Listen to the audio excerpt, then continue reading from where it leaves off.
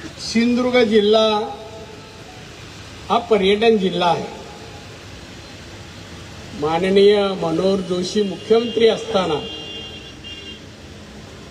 आणि माननीय गोपीनाथ मुंडे उपमुख्यमंत्री असताना आणि मी महसूल मंत्री असताना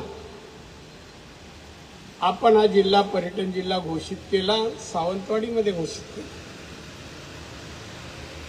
त्यानंतर या जिल्ह्याचा गतिमान रीतीने विकास व्हावा यासाठी अनेक प्रकल्प होऊ घातले।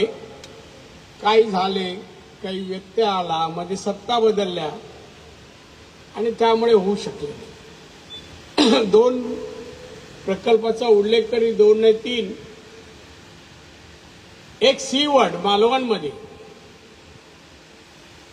मालवणमध्ये काही होत नाही, तिथे समुद्राच्या वरच्या भागामध्ये लाल दगड आहे, गवत पण येत नाही त्याच्यावर। आणि आता ती जमीन आपल्या शेतकऱ्यांची पण राहिली नाही, उत्तर भारतातल्या बिहार यूपीतल्या लोकांनी विकत घेतली आहे। त्या ठिकाणी सीवर्ड मी त्यावेळेला सत्तेत असल्यामुळे ॲक्विशन करायला, जमीन संपादित करायला 100 कोटी कलेक्टरांकडे जमा केले। त्यावेळेला जागा हे करा आणि संपादित करा सुरू झाली आणि विरोध आम्हाला हे नको। अरे काय नको, तुम्ही पाहिलं का सीवर्ड कुठे?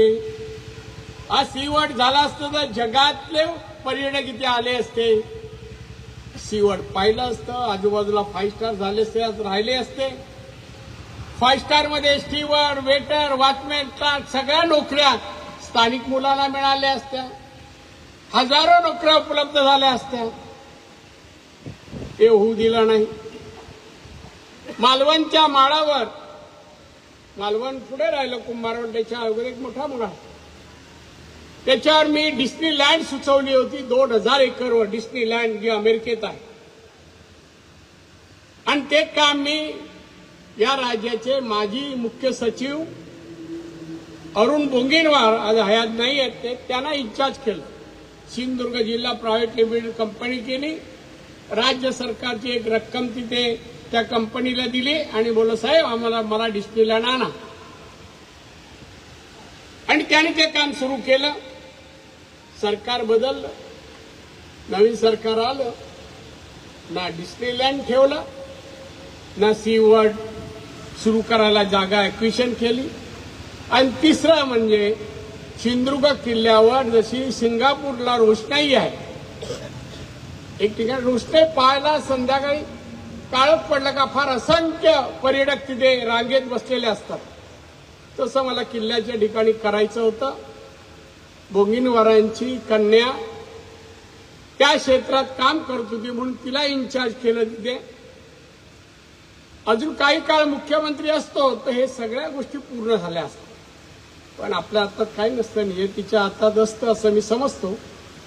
पण या लोकांनी होऊ दिला नाहीत। बांधवणं ते झालं असतं तर जिल्ह्यातल्या लोकांची अर्थव्यवस्था, दरडोई उत्पन्न पण 4 लाखाच्या जवळ गेलं असतं, जे आता गोव्याचं 4.5 आहे। आपण 2.40ला एवढं करू। आता हा प्रकल्प कॅबिनेटला संपले का मी नितीन एकत्र बाहेर पडतो आणि मग छोट्या गाडीतून आम्ही गेटपर्यंत जातो। पंतप्रधानांच्या जे घर आहे त्याच्या आतमध्ये कॅबिनेट असते आणि बाहेर पडताना मी नितीनजी माझा जिल्हा पर्यटन आहे आणि रस्ता तर पूर्ण झाला चौपदरी, पण मधले 2 रस्त्याच्या मध्ये जो भाग आहे तो मला सुंदरीकरण करून पाहिजे, ब्युटिफिकेशन करून पाहिजे। साहेब अर्ज द्या। मी लगेच 1 तासात अर्ज पाठवला। अमोल नावाचा त्यांचा OSD आहे, तो माझ्याकडे आला, तुमचं ऍप्लिकेशन आहे, तुम्हाला काय करू? मग त्याला सांगितलं काय काय हवं। आमच्या जंगलात सिंह आहेत, हत्ती आहेत, वाघ आहेत, हरणं आहेत, ही सगळी बोलं मध्ये दिसायला पाहिजे, सिमेंटची खरी नाही तर उद्या लावल्यावर मला दादाने आम्हाला खरी सांगितली ना, आता खोटी आहेत। आणि सुंदर गेट वगैरे असं सुशोभीकरण पाहिजे। निधी म्हणला ठीक आहे मी देतो। एक दिवशी चहाला गेलो नितीनजीकडे, बोला झाले 3 दिवस झालेत, तो प्रस्ताव गेलाय. लगेच फोन केला, मंजुरी मी दिली. आणि परवाच्या दिवशी ज्या वेळेला कॅबिनेट होती त्या परत आम्ही बाहेर येताना नितीनजी बोललो, तो प्रस्ताव आहे, मला आचारसंहिता कुठल्याही क्षणी सुरू होईल, मला परवानगी पाहिजे चालू करायचे, काम चालू. मला बोले मायावर येता का? मी चला. घरी गेलो, त्या अमोलला बोलवला, एक फोन केला आणि मला म्हणाले, नितीन गडकरी जाधव साहेब तुमचं नाव नाही घेतलं. मला म्हणाले, राणे साहेब 2 तासानंतर तुम्ही केव्हाही काम चालू करू शकता. काल म्हणाले, म्हणजे आज आपण ते करतो. ही गती, हे जे स्पीड आहे ना कामाचं, हे कुठेही दिसणार नाही. मी मुख्यमंत्री असताना ते माझे PWD मिनिस्टर होते. आता ते सार्वजनिक, मी पण कॅबिनेट मंत्री आहे, तेही दोघंही आम्ही मोदींच्या सरकार कॅबिनेट मंत्री आहे.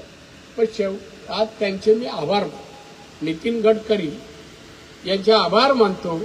ते सिंधुदुर्ग जिल्ह्याचं नाव घेतात, प्रकल्प मंजूर करतात, त्याप्रमाणे हे केलेलं आहे.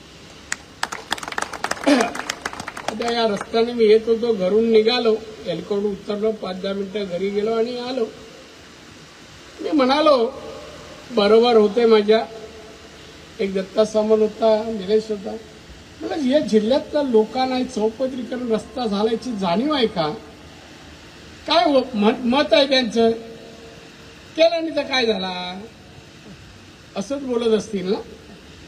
हे असंच नाही होत, केलं नाही तर काय झालं? बघा, रत्नागिरीला अजून थांबलाय, रायगड, अनेक ठिकाणी महाराष्ट्रात थांबलेत हायवे. आपण नाही थांबवत. थांबणाऱ्याला मी सांगितलं, इथे अडचण नाही करायची विकासाच्या कामात. एसपीना आणि कलेक्टरना तेव्हाचं सांगितलं बोलून, जो अडवेल तुम्ही सरळ त्याला आणून बंद करा, मला चालणार नाही. आणि त्यामुळे हा रस्ता झाला. हा नुसता प्रवास करण्यासाठी आहे का? काय झाला, मग बाजारात जाऊ, झटकन बोवा, कणकवली पोचू, कुडाळला पोचू, सावंतवाडी पोचू, त्या गोव्याला एअरपोर्टला, एवढ्या पुरता हायवे आहे का? नाही हो, माझी कल्पना ही नाही आहे. माझ्या मागचा माझा जो उद्देश आहे तो असा नाही. मला वाटतं हा रस्ता म्हणजे विकासाचं एक माध्यम आहे. या रस्त्यामुळे तुम्ही उद्योग सुरू केलात, त्या उद्योगाचा माल मार्केटिंग कराल. अगदी तुम्ही गोव्यालाच्या पोर्टमधून माल पाठवायचा असेल, रेडीपासून पाठवायचा असेल, मुंबई कुठेही जगात पाठवायचं असेल, त्या रस्त्यावरून माल जलद गतीने पोचू शकता, जलद गती. त्याचप्रमाणे शाळा म्हणा, कामाच्या वेळ वाचतोय प्रत्येकाचा. आता वाचलेला वेळ कुठे वाया घालवतात का सत्कारने वापरतात त्याबद्दल मी भाष्य नाही करणार, पण करावा. मुलांनी जास्त अभ्यास करावा, काम करणाऱ्यांना वाचलेला वेळ अधिक काम करावं, 4 पैसे मिळवावे. हा निसर्गरम्य जिल्हा आर्थिक समृद्ध व्हावा आणि आर्थिक समृद्ध या जिल्ह्यात, निसर्गरम्य जशा जिल्ह्यात हा आमचा रस्ता सुशोभीकरणाने प्रसन्न लोकांना प्रसन्नता यावी, असा सुंदर दिसावा. आणि म्हणून जे प्रयोजन आहे आजचं, याच्या पलीकडे काय नाही. अजून राज्यात देशात असं मध्यभागी सुशोभीकरण झालं नाही. दिल्लीला आहे, शहर आहे, ते देशाची कॅपिटल आहे, राजधानी आहे, पण अन्य नाही झालं. हे आपल्याकडे होतं. थोडं वेगळेपणाचा अभिमान वाटला पाहिजे. आमच्याकडे झालं. बघा आमचा जिल्हा, या आणि पहा.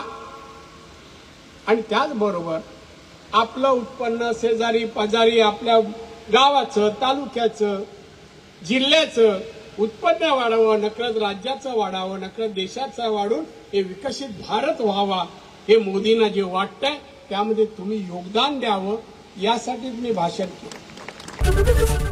एबीपी माझा, उघडा डोळे बघा नीट.